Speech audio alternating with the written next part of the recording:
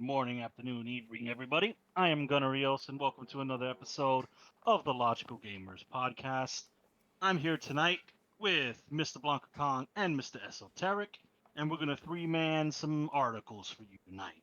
So, tonight we've got two articles for you, um, both by Niche Gamer, both that will be linked in the description for you guys to read on your own, and these are going to be discussing two different topics. One's about single players being dead, again, apparently, and how they're not. And two is, are you fascist? So tune in for that one. So we're going to start with the first article titled Baldur's Gate 3 director says single player games aren't dead. They just have to be good. Hard hitting news here in the gaming sphere. Good games have to be good. I mean, it's sad that we have to say this, but we are operating in the year 2025, so shouldn't be all that shocking. So, the article in question starts. The topic of single player games and their success has come up once again. Not by corporate suits, which is surprising, pushing live service games, but in defense of solo games by none other than Baldur's Gate 3 director, uh, apologies, Swen Vincke. Yeah, we're gonna roll with that. While the very popular tactical RPG does support online multiplayer and even has crossplay support, which is pretty cool, the vast majority of Baldur's Gate 3 players enjoy the game entirely themselves. That'd be this guy right here. Other games that are entirely single player, like Black Myth Wukong, Kingdom Come Deliverance 2, and even the classic Final Fantasy remasters have raked in tens of millions of copies. Uh, which I didn't know about the Final Fantasy remasters. It's pretty cool. Despite this, some big publishers or corporations keep discounting the success of single player games and continually pushing live service buzzword or games as a service, another buzzword. Discrediting single player games raise new concerns with Baldur's Gate 3 director, though his firm belief through his firm belief that they are going nowhere. He quotes, It's that time of year again when big single player games are declared dead," Vincke said. "Use your imagination. They're not, they just have to be good." He added, "The why of this tweet is hearing chatter about important industry figures stating there is no future for, quotations, big single player game, which means discouraging investment in big single player games, which bothers me because I think they have it right. I think they don't have it right, sorry. The problem is this type of attitude has consequences, because before you know it, it becomes a mantra," when clarified. So this is just me trying to give some counterweight. I think good single player games will continue to do as well as they've always done. They just need to be good and innovative enough. David Goldfarb, one of the main designers behind Battlefield Bad Company and Payday 2, replied to the Larian CEO saying, "Can I bring you all of my meetings, Swen? Fucking exhausted." So, pretty much what my man Swen is saying is kind of something that seems like a no-brainer, really. Um, Games have to be good. And I know we operate in the year of our Lord 2025 when we have such great hits as um Dustborn and Dragon Age Veilguard and Avowed and these some of the suits, they'll point to these games doing poorly and they'll go, "See, this is why single player games fail. This is why we need live services. This is why we have to put battle pass games even into our single player games." Spoiler alert, Assassin's Creed Shadow has battle passes in their single player game. Um but we have to do this. Why do we have to do this? The suit will go, "Well, because we got to make more money. These single player games don't make enough money. Nobody has any reason to play Baldur's Gate for 6,000 hours, but if we make it a live service game, we can get them playing and paying, more importantly, for 6,000 hours." And, it's again, he is the CEO of his company, and obviously he's going to try to make himself look good. That they all do that. But I do think he has a point where if we're going to have these games have budgets in the billions or high millions, that yeah, it's gonna have to be good. It's gonna have to be well put together. It's going to have to be crafted, and it's gonna have to take as long as it takes to come out. Because if not, you release substandard games that fail. And you know, we've seen this cry from the games industry for a long time, how single player games are dead. Nobody wants to play single player games anymore. Everybody wants to play multiplayer.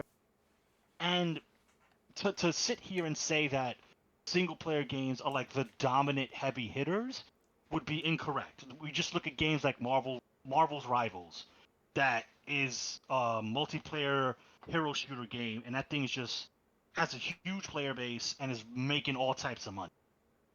But if you price a single player game correctly and you don't screw the pooch in terms of its budget, and you just do something different that people want to see, they will be successful. It's just video game budgets have become so egregiously large that if this thing isn't making the the GDP equivalent of a small country, then it's a failure. But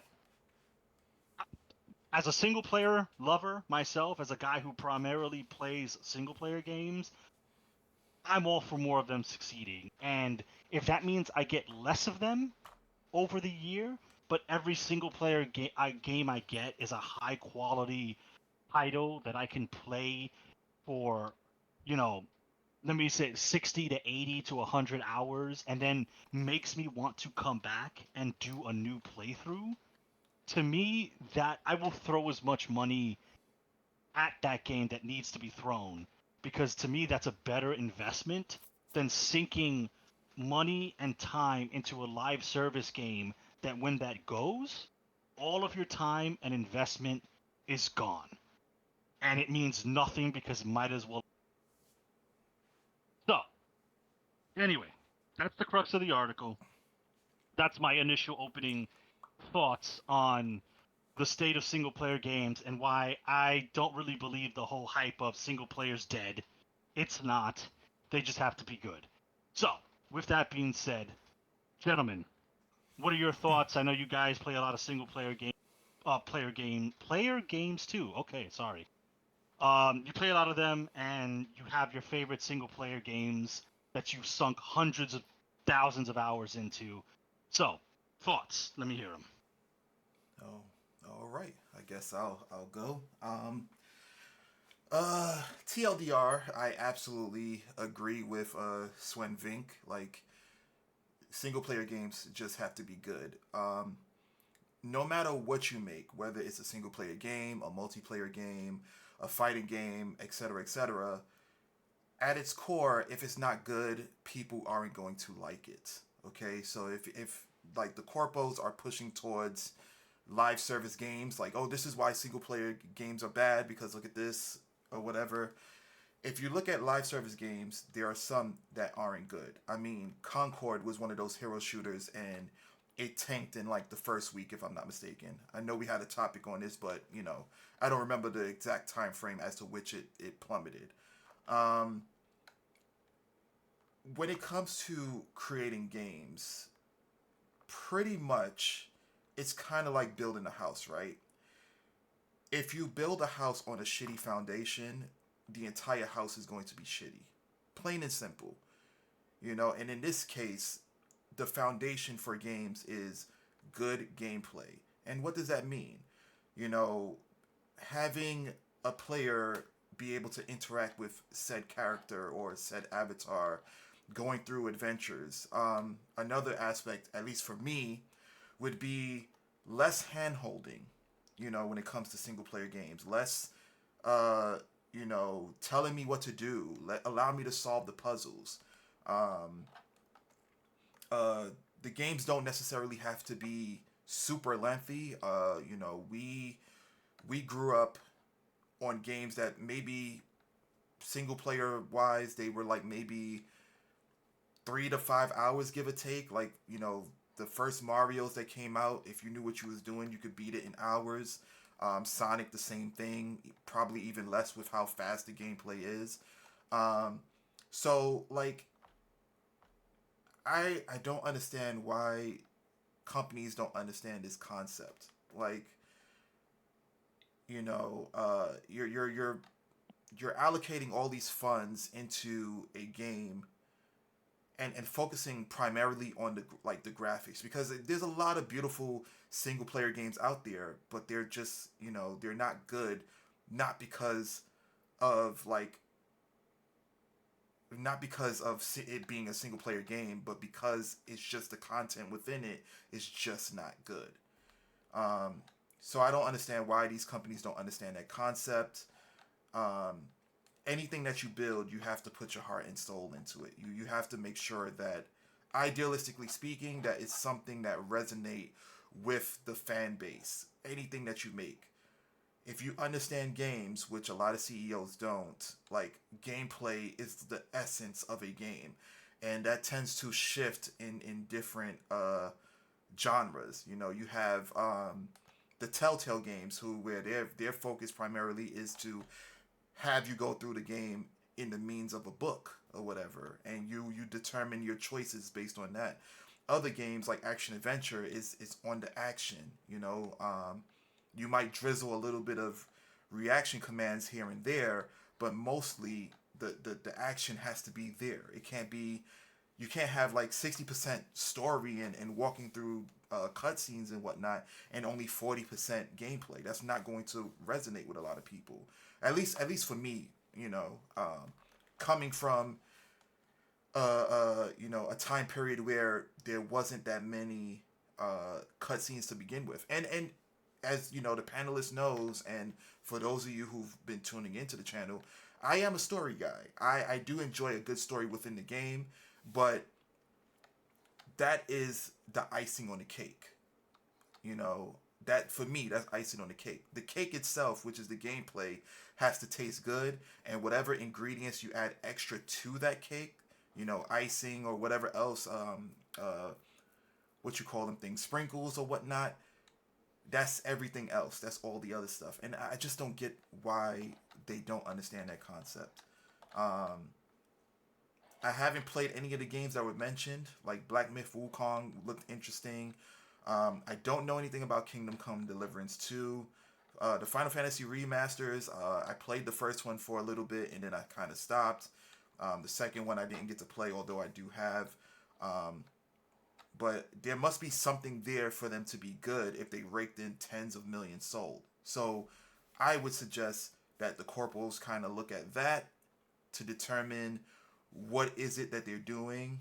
Listen to like your development team and like the people who are helping you create this game, because at the end of the day, it's, they'll be more uh knowledgeable in that field, because honestly there's like a Peter principle when it comes to moving up the ladder in some companies, especially gaming companies, where the CEOs don't know much about games, and then you have the subordinates who are pretty much controlling the ship and making sure everything function, but their hands are tied because they're being told that this is not what the people want, when in actuality they probably have more of an input than what they're being told to put in the games. So yeah, I kind of went all around different points and whatnot, but I actually agree with Swen. He makes a lot of sense, and hopefully, given his success of Baldur's Gate 3, people will kind of like listen to him, and maybe he'll shed some light on what constitute a good single player game. And yeah, I'll pass it on to you, Kong. All right, so where to start? I don't necessarily disagree with what he's saying, um, but I don't think it's that simple either. I don't think it's just, oh, just make good games, big head, and like you'll make a lot of money, because that's not necessarily true either.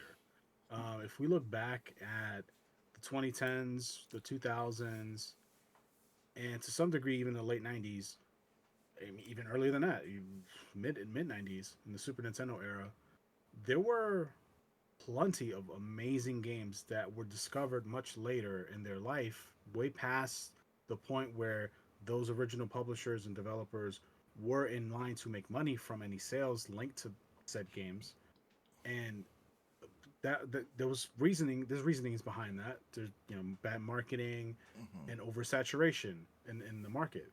I I think back more to the 2010s. We're talking maybe that 2008 to like 2012 era of PS3, 360, and Wii. There was a lot of great games that came out during that time, and a lot of games just kind of fell under the radar because there was just a lot to play, and Mm-hmm. so that's something that could easily happen um, if everybody decided to get on the ship of like, we'll just make really good single player games. Well, if you make there's too many on the market, then the consumer has to pick and choose which ones they want to play. Mm-hmm. And in the current uh, environment that we're in now, where the industry has conditioned players to playing live service games and dedicating their time to one, maybe two games um, every 5 years, basically, right? So, like, a game will come out. Let's use Marvel Rivals, for example. That came out a few months ago now, Yeah. and everybody's on it and on it, right? And then I'm pretty sure in a year's time from now, they might have a drop off of like 20% of their player base, right? Those 20% are going to move on to whatever is new next year, right? Whatever the new Marvel Rivals is, they're going to play that. And then eventually that player base is going to, you know, maybe not filter off, it might, but it might plateau to where it's like there's no more growth to be had. It's just the same people playing the game over and over again. We see that with Overwatch. Um, my point is that this is a low hanging fruit response to the current industry. I think I would expect a more in depth answer to the question of, well, are single player games dead?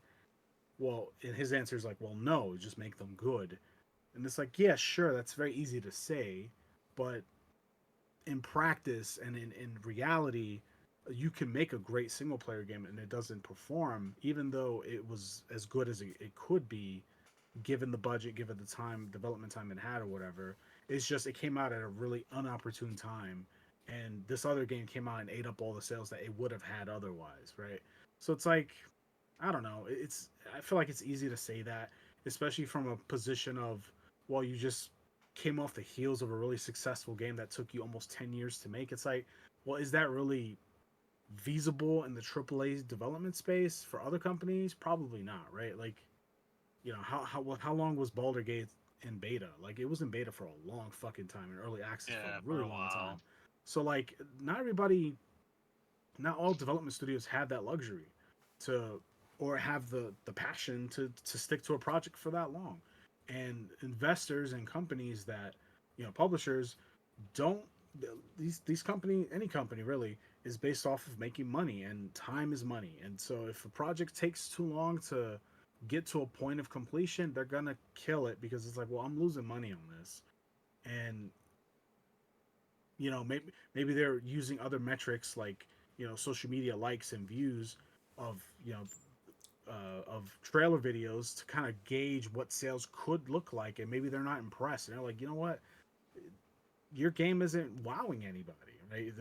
The guys at Capcom and their stupid monster game is like, it's taking all the fucking spotlight. Why am I investing millions of dollars into your game, right? That could easily be the case. And at that point, if you're a head developer, what the fuck do you do, right? You could be as creative as anybody, and it doesn't matter. So it's easy to say that, but I have to challenge it a little bit because I think uh, it's it's too much of a blanket statement, and there's like so much nuance and so many other elements that go on that can determine the success or failure of your game.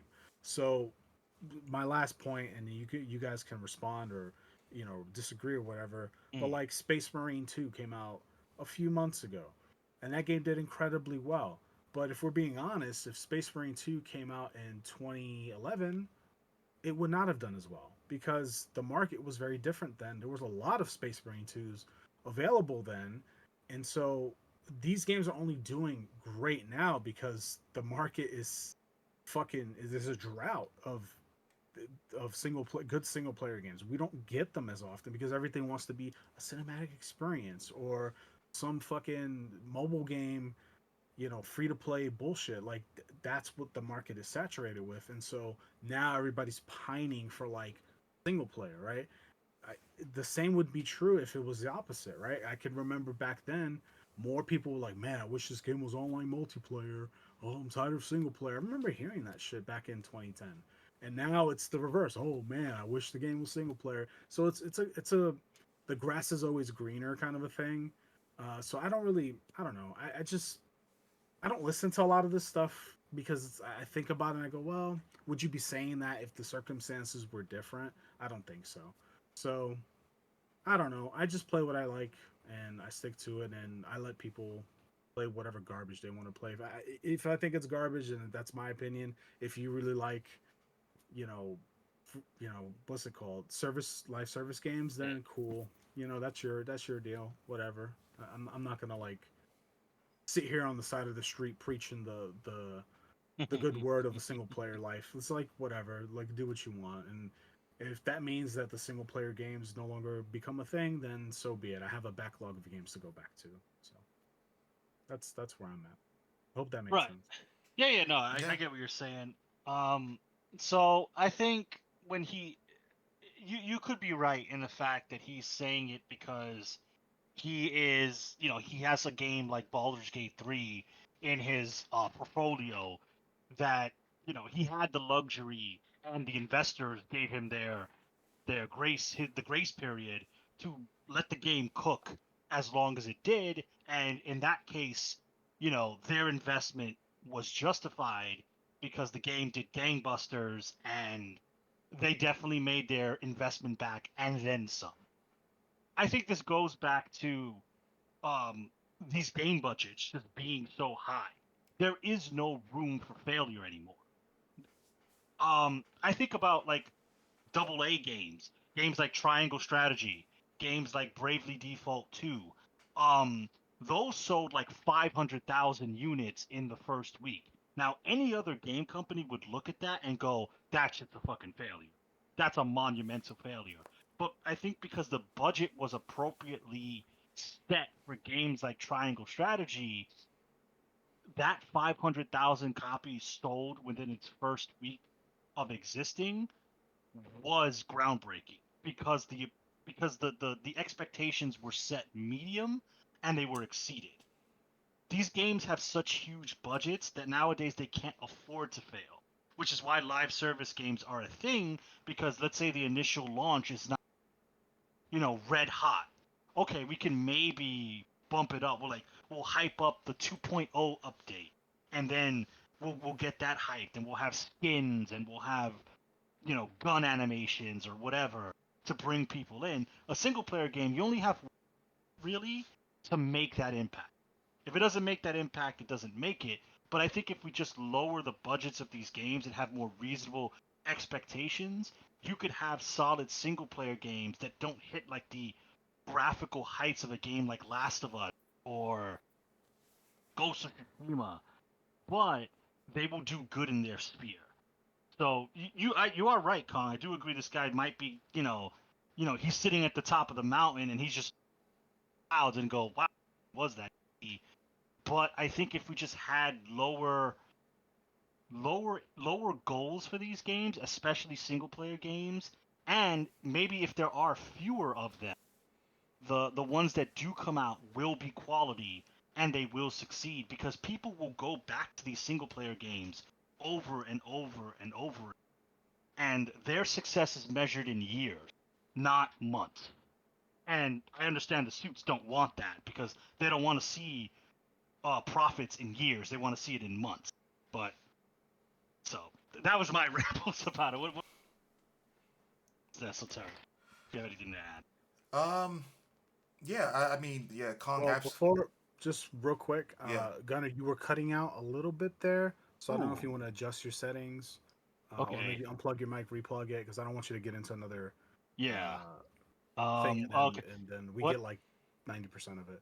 We got most Okay. of it, but Like like Yeah. okay, yeah. okay, okay, I okay. thought it. I thought it was just on my end, so I didn't No, I say got it anything. too, so I figured. All It right, would be everything recorded. But Okay. we got everything the general seems message. fine. Okay, Right. okay, cool. Yeah, everything seems Continue. fine. But Continue, esoteric. Sorry No, for uh, interrupting. no, that's fine. That's fine. Yeah, I absolutely agree with a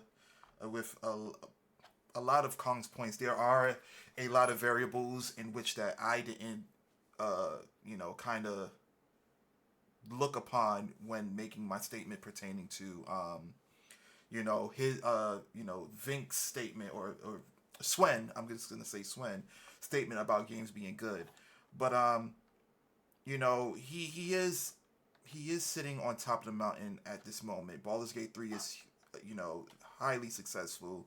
I plan to hopefully acquire a physical copy of the game in the future, whatever, if they're still available or whatnot. Um, and I think the reason why he's saying that is because of the steps that he's taken to make it good, right? Like, I mean, granted, he was afforded the time, and the means to do it, but he took that time and he pushed through with the game. He waited for the right moment and the right time to say like this game is completed.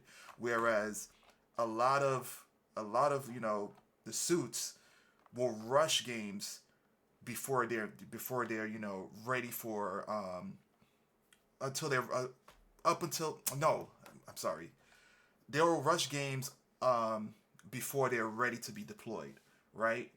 um we can look back at Monster Hunter, where the suits was trying to see if the game can be released early, but luckily we had someone at the helm that was like, no, we can't release it early. We need to, it needs to be pushed back, or it needs to be released at its initial date, because there's a lot more that we need to that needs to be done. Um, I think Gunner kind of alluded to this already, but like single player games don't have the luxury of being launched incomplete. Live services games do, where they can pretty much, which is why I think they push more towards live service games, where they can pretty much push out a game incomplete, build upon it, and then incrementally provide resources needed to make the game successful, and pretty much get revenue back, not just like weekly or whatnot, but daily, because there's probably a lot of skins, there's probably a lot of units or whatever. Oh well, that's kind of leaning towards gacha games, but there's kind of sort of an overlap between live service and gacha games as well. Um, so they're getting those funds immediately back, and I do agree with Gunner's point about just making things uh, financially feasible, because there were a lot of great games that he already mentioned that they were great, and they did not break. At least I don't think they would have broken the bank.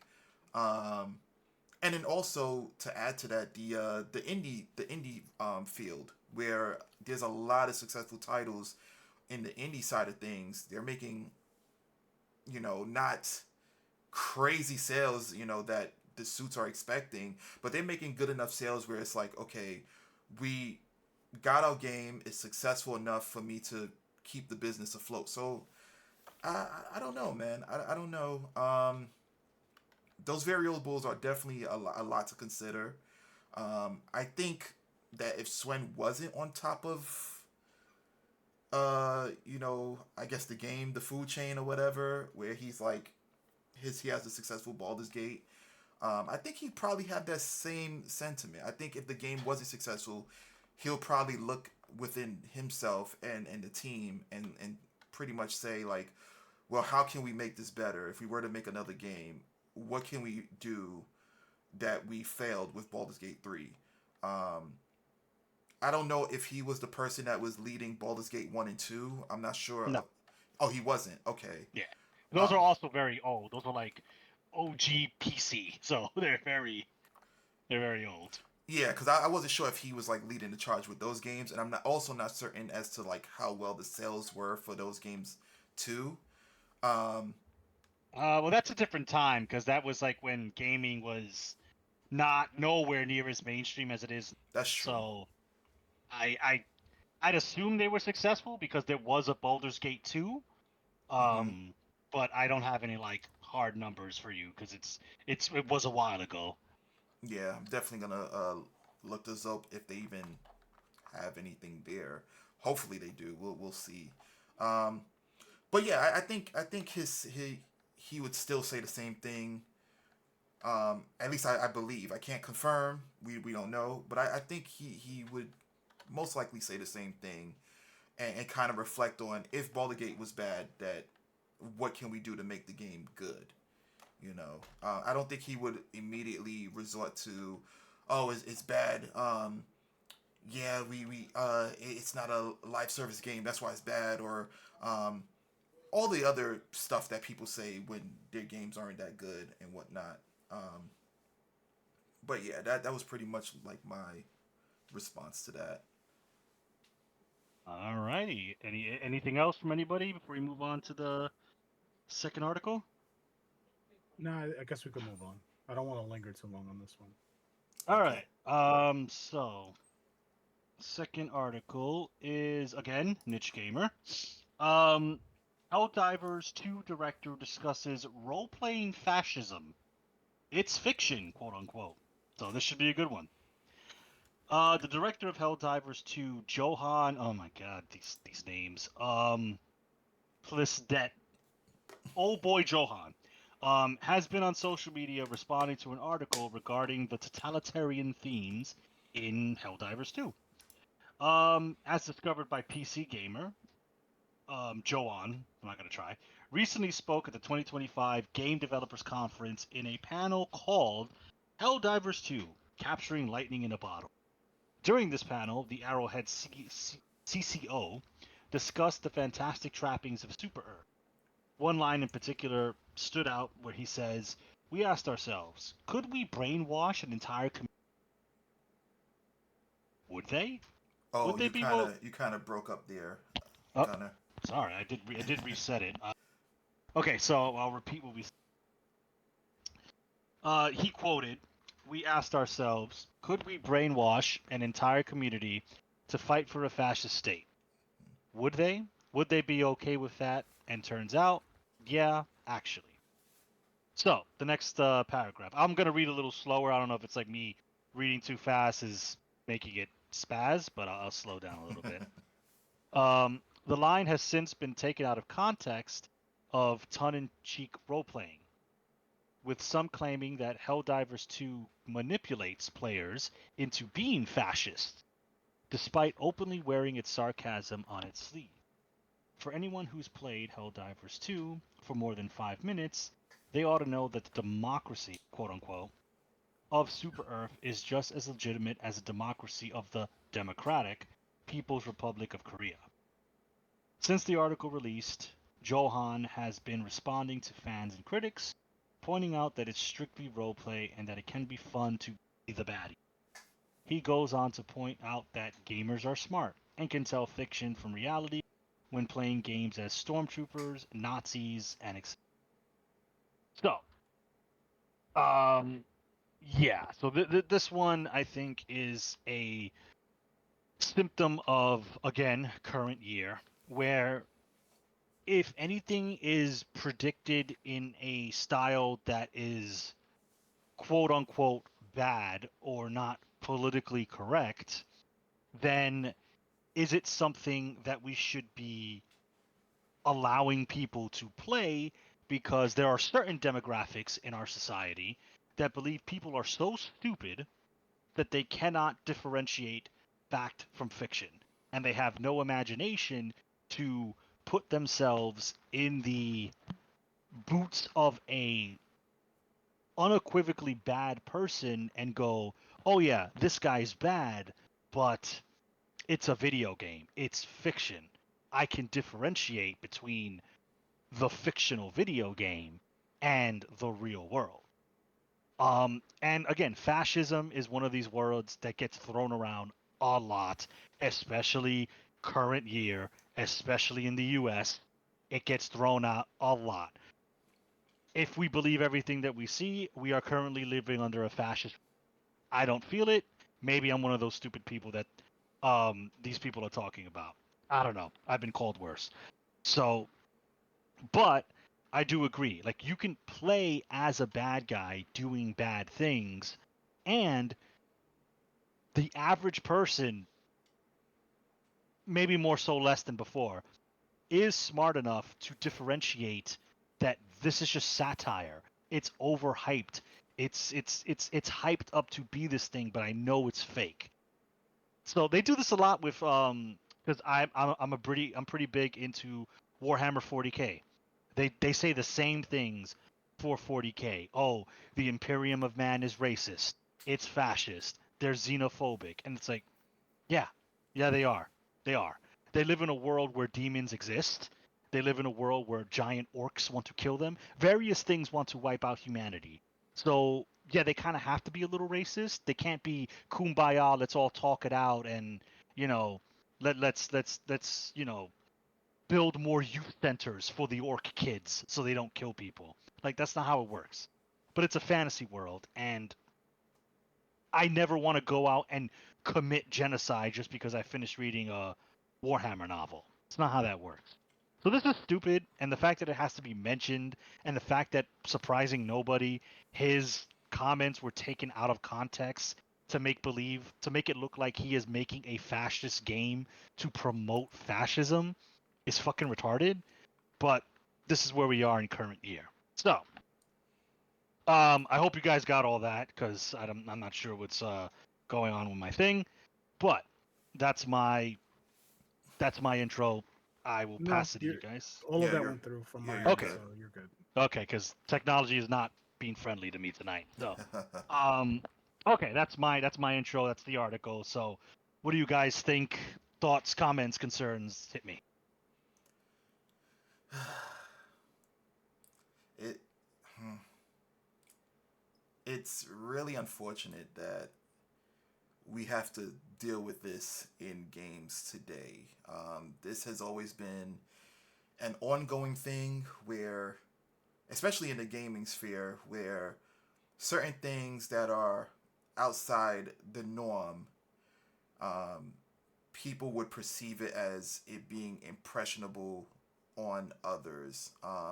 Which, you know, there might be some it might be impressionable to like few, but it's like a very, very, very minor, very, very marginalized number, right?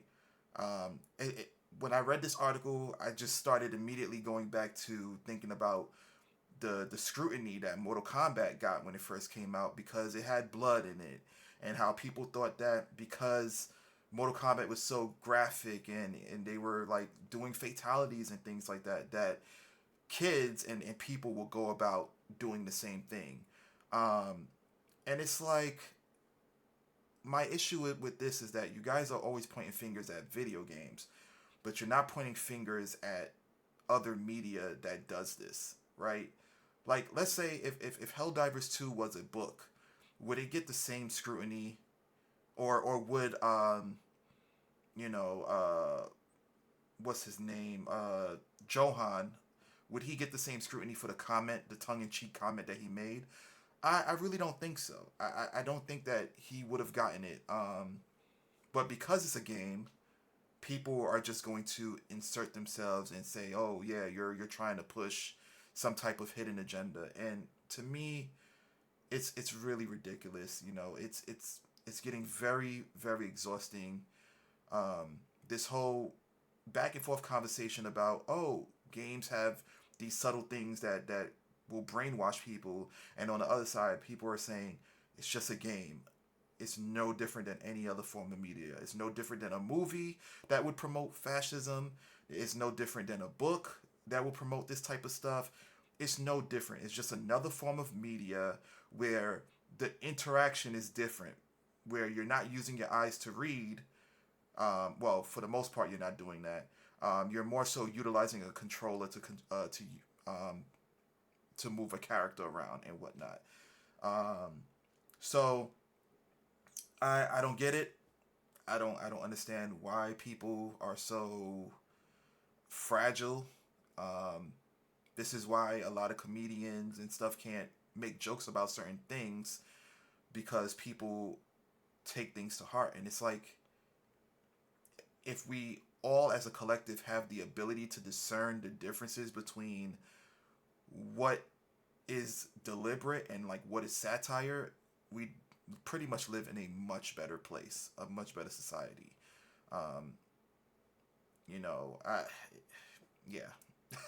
What say you, Kong? Because I think I've pretty much said enough about this situation. Um, where do I start? So, reading this, I've become so numb to these kinds of like topics. Like before, maybe I don't know, 5 years ago, I would have been like, "Oh, that's interesting." I don't think I would have agreed with the perspective, but I would have at least taken it somewhat seriously. And these days, I can't because it happens so often that it's like this has to be a joke or Boy Who like, Cried Wolf. yeah. So this just makes me realize um, how much I miss simpler times where where real gamers would like sit down and argue about like, Majora's Mask or Ocarina of Time, which was better. Like, I miss those conversations because those are real gamer conversations, not this. This this is clickbait, and this is a smear campaign on a game that did really well. That whoever wrote this article, whoever is, kind of like promoting this, idea that this is what the studio is trying to do, they're butthurt because their homo game did not sell as well as this game. Like that's really what it is. Like, well, why are we pretending that that's not what's happening? The games that they want to be successful are not successful because Yeah. they're not as good or they're not as interesting or they're not appealing to the actual gamer crowd.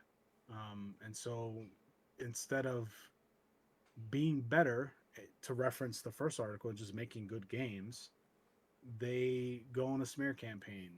And that's like feminine and like that's such a pussy thing to do. It's like the bitchiest thing you can possibly do is talk shit and create some sort of rumor or whatever. It's like I don't know. Whoever wrote it, whoever like is responsible, or, maybe it's a group of people. They've never been punched in the face. They've never been threatened. These people live in a very soft, sheltered world. To think this and to not be able to like see humor and see sarcasm and kind of get like, oh, that's a joke. I get it, tongue in cheek. Like they can't comprehend it because they're perpetually offended. I'm tired of these people. I really am. And so I can't take anything they say seriously. And if I ever encounter people like that in the real world, which I usually don't, for various reasons, I have my friend group and I stick to very specific kinds of people, I guess. And I usually don't go out. I'm kind of a hermit crab. I stay indoors most times. If I only go out if I have to go out to run errands or whatever.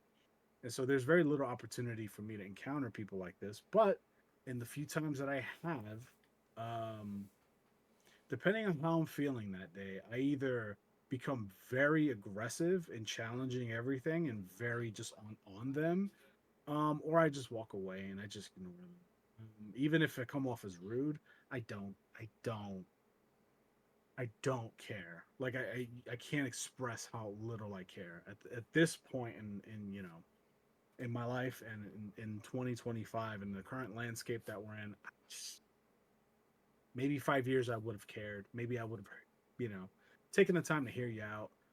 But now I just can't fucking be bothered because I know it's all a weird. It's like all political and it's not genuine. People are just saying things because it's like this will get a rise out of people or this will give me like social points in certain groups and it's like I don't want to play this game. So, um, it's an article. It's a bunch of crap. It's short for a reason because the message is shallow in its nature. And if you believe stuff like this, then I think you need to spend more time thinking about other things because you're too gullible. If you buy this stuff at face value, like if someone reads this article and legitimately believes, oh, that means I'm a fascist if I play Helldivers, then you're exactly the person who people believe will be influenced by playing these games and just throwing away whatever code or moralities you have and just align yourself with whatever uh, message the game is delivering to you. You're the moron that they're talking about. And I don't believe there's too many of those people. I can't believe it because it's like I just I can't see how would the world function. It doesn't even make sense. So I don't believe these people exist. Just like what you said, esoteric about the whole, Mortal Kombat and like, oh my god, the kids are gonna rip each other's spines out or all this nonsense. Like that didn't happen. Now, to be fair, are kids and young people influenced by the media that they consume? Yes, Absolutely. 100%. I Yeah. agree with that. And we could look at 90s professional wrestling as a clear example as to exactly that. They see it and they imitate it. And I was one of those kids and I Same. imitated it as well. And I'm not proud to admit that, but I did it. And, it is what it is. And of course, I did dangerous things to other kids and I had dangerous things happen to me because I didn't have the foresight and understanding of what was actually going on. So I do believe that there should be layers of protection put in place, like the ESRB. I'm not against that.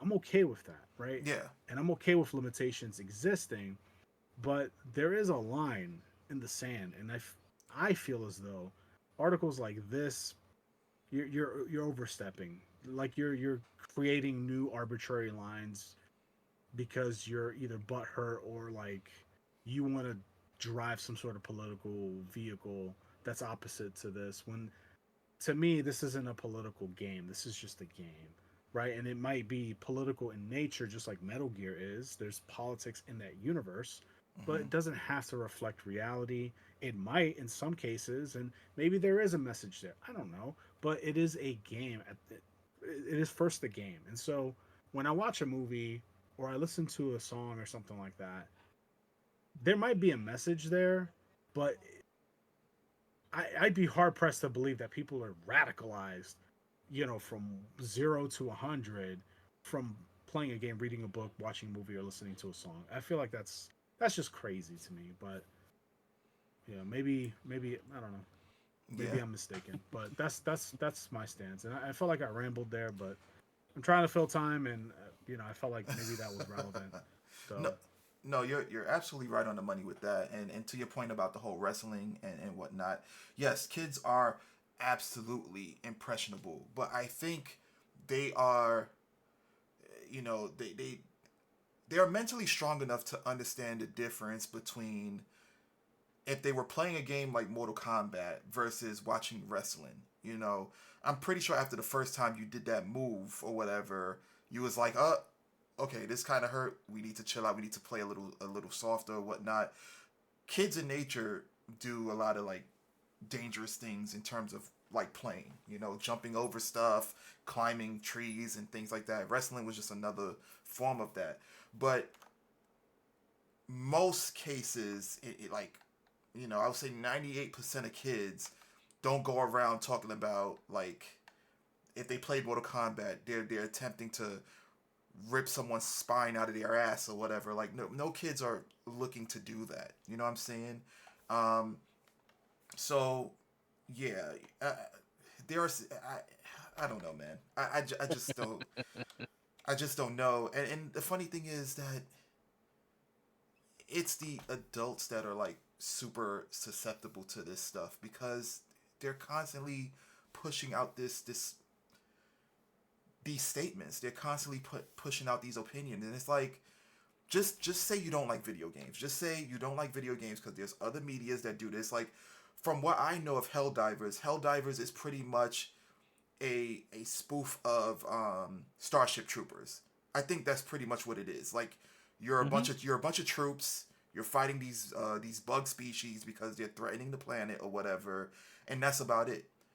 I did not hear it. Well, that was a long time ago, but I can probably bet money on it that nobody had this same type of energy for Starship Troopers.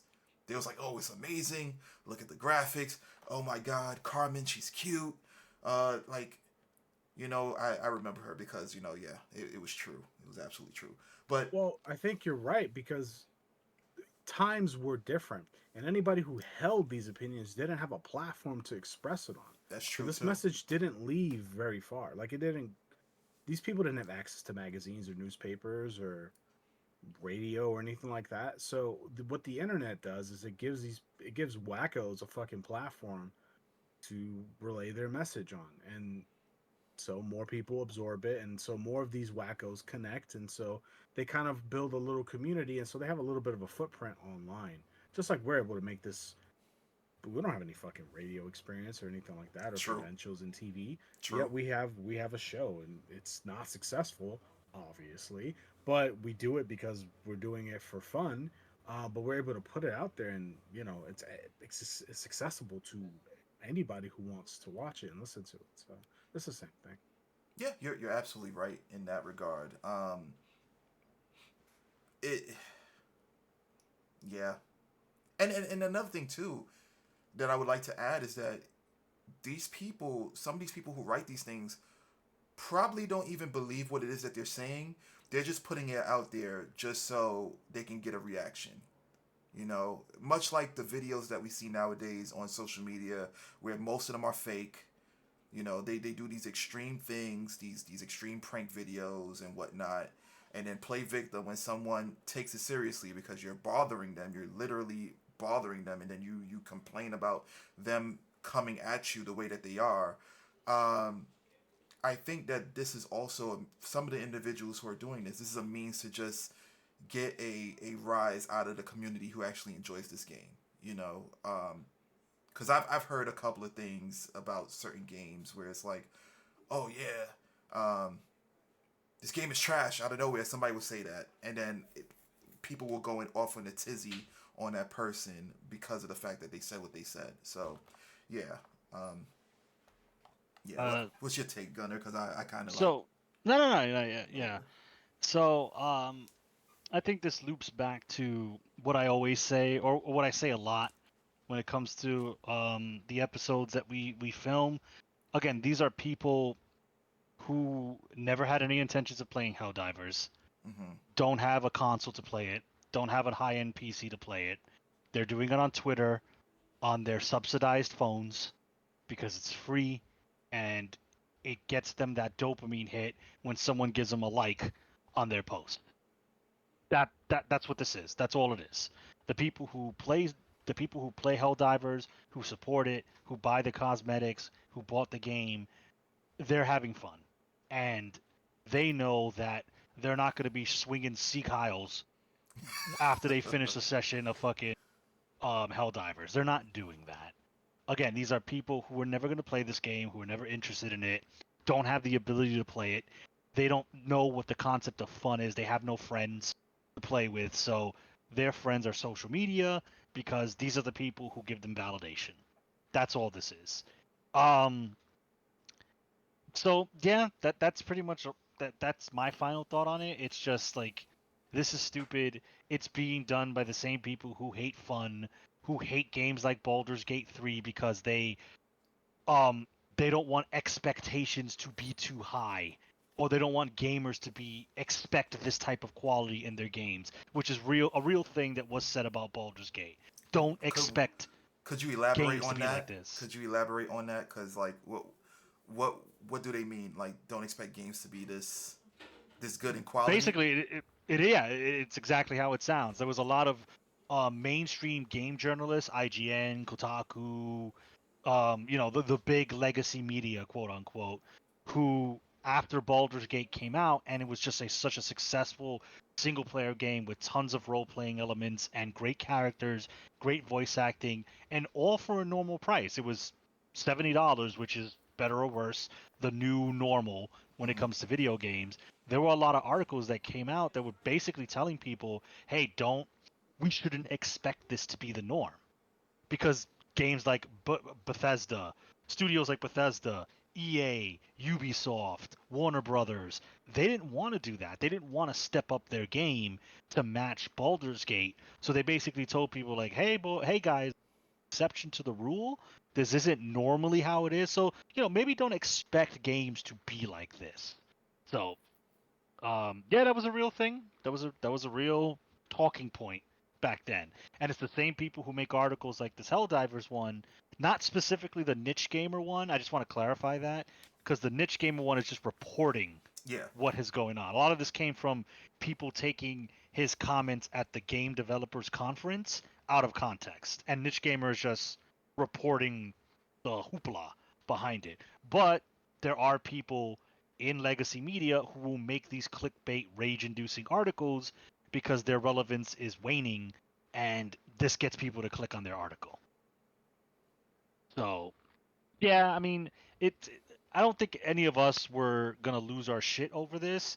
This was just something I thought might be mildly interesting and just kind of like giving a perspective to how it seems that successful games like Baldur's Gate 3 and Helldivers 2 are constantly facing this bombardment, for lack of a better word, from the outside because if we can just if people just accept mediocrity, then it makes it a lot easier to mass produce these games and to make max profit.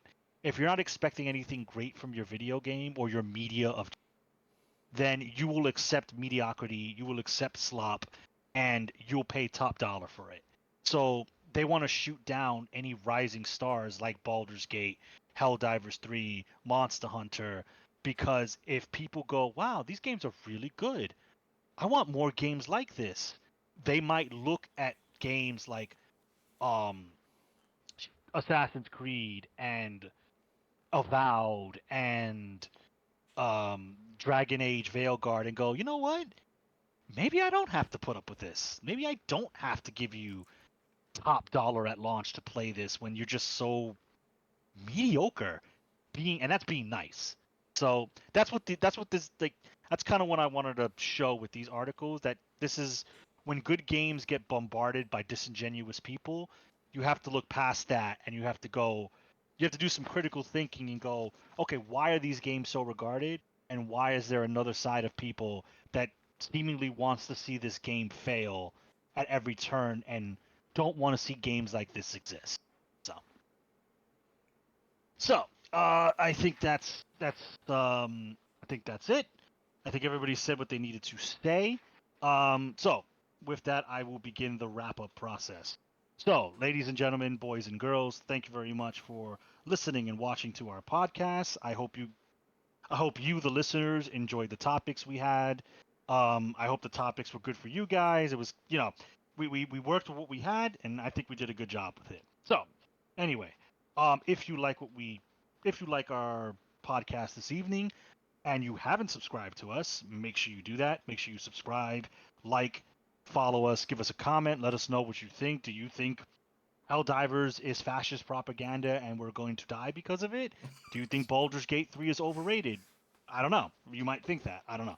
Just let us know. We appreciate all the comments. We respond to as many comments as we see, and we definitely read them. So, also, any feedback, let us know if this video was a little rough. I know I was having some technical difficulties, so hopefully you guys got the gist of when I was speaking. But anyway, like, comment, subscribe. Mr. Esoteric is our resident streamer of the group. He streams on Mondays and Fridays. He will also throw in random streams every now and then if he's particularly feeling a game. Mm-hmm. He was recently streaming Monster Hunter Wilds. He streamed his whole playthrough of that. So if you're curious about the game, check it out. Um, Make sure you go on Twitch, follow him there. He does simulcast streaming as well, so you can catch him on YouTube as well and TikTok. He runs the gambit, whatever your preferred platform. And yeah, that's about everything. So, once again, if you stuck with us for this long, thank you again. And we will definitely see you on the next episode. Till next time.